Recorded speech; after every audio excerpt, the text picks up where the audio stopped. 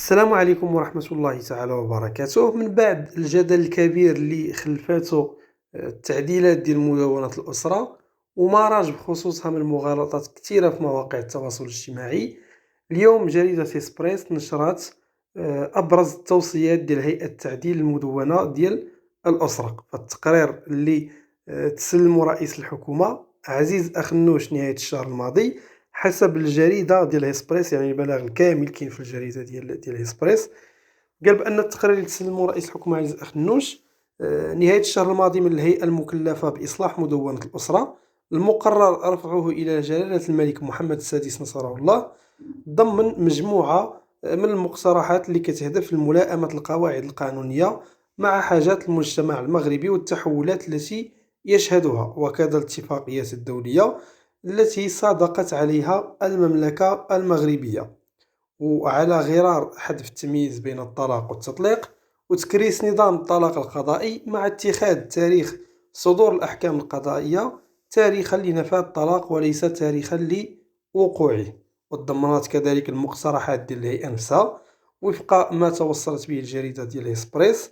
تبسيط إجراءات الطلاق بين الزوجين وإقرار إصلاح شامل للمقتضيات القانونية المنظمة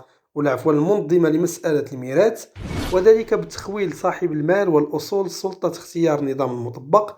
إما الميراث أو الوصية، مع توسيع نطاق الأخيرة يعني نطاق الوصية لتشمل الأحفاد ورفع القيود المفروضة عليها، إضافة إلى إزالة اختلاف الدين من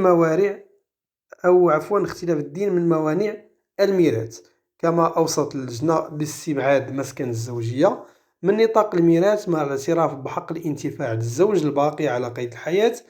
ثم توسيع حق المرأة في الإرث إذ يمكنها أن تستفيد من نصف الموروث في حالة غياب الإخوة الذكور والثلثين في حالة العكس، وتوزيع باقي التركة وفق قواعد الرجوع دون الأخذ بعين الاعتبار الجنس ديالهم، إضافة إلى توسيع دائرة الورثة لتشمل حتى الأقارب بالزواج في حالة عدم وجود ورثة مباشرين لصالح المال أو أي وصية، مع القطع نهائيا مع حرمان النساء من الإرث. وفيما يتعلق بالمسؤوليات العائلية للزوجين، اقترحت الهيئة المكلفة مراجعة مدونة الأسرة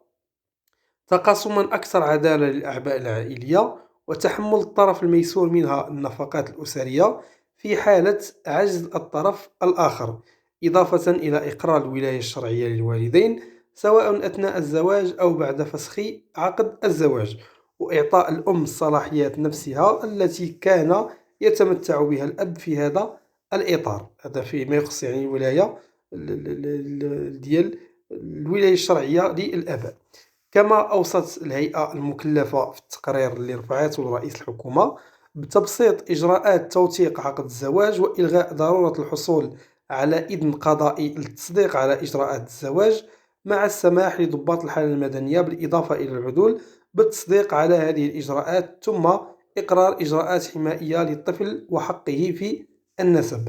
تضمنت كذلك المقترحات تحديث المقتضيات القانونية لمدونة الأسرة لتشمل الأجانب اللي كيتواجدوا في وضع غير قانوني، وتنظيم إجراءات زواج الأجانب والزواج المختلط من خلال الاعتراف بحق طرفي عقد الزواج في اختيار النظام القانوني الأصلح لهما،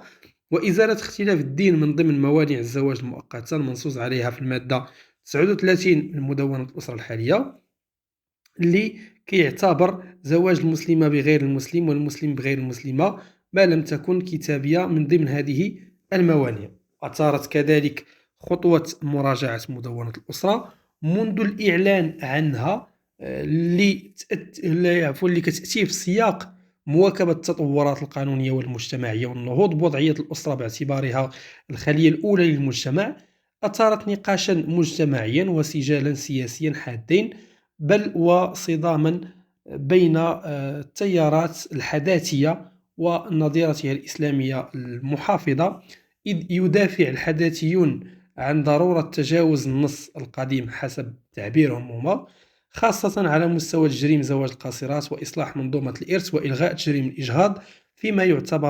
يعتبر المحافظون أي إصلاحات تمس بقواعد الإرث ولا بصفة عامة أي تغيير كيمس بالقواعد ديال الدين الإسلامي وديال الشريعة الإسلامية اللي كيتعتبر الدين الإسلامي هو الدين الرسمي للمملكة المغربية الشريفة. فأي تغيير ليه كيعتبروا هاد الناس هو أنه تغيير لكلام الله عز وجل، وتغيير في الأصول ديال المغاربة اللي معروفين منذ القدم باعتناقهم وتطبيقهم لقواعد ومبادئ الشريعة الإسلامية في جميع المجالات. إذا هاد الشيء اللي كاين في التقرير اللي نشرته الجريدة ديال إكسبريس بخصوص أهم التعديلات ولا أهم التوصيات اللي طرحها العزيز أخنوش من قبل الهيئة اللي يعني كانت مكلفة بمراجعة مدونة الأسرة ولا إعطاء الرأي ولا مناقشة يعني ما يعرف حاليا بالجدل الكبير اللي كتعيشه مدونة الأسرة. فهاد الشيء اللي كاين. موعد إن شاء الله فيديوهات مقبلة مع مواضيع أخرى، والسلام عليكم ورحمة الله تعالى وبركاته.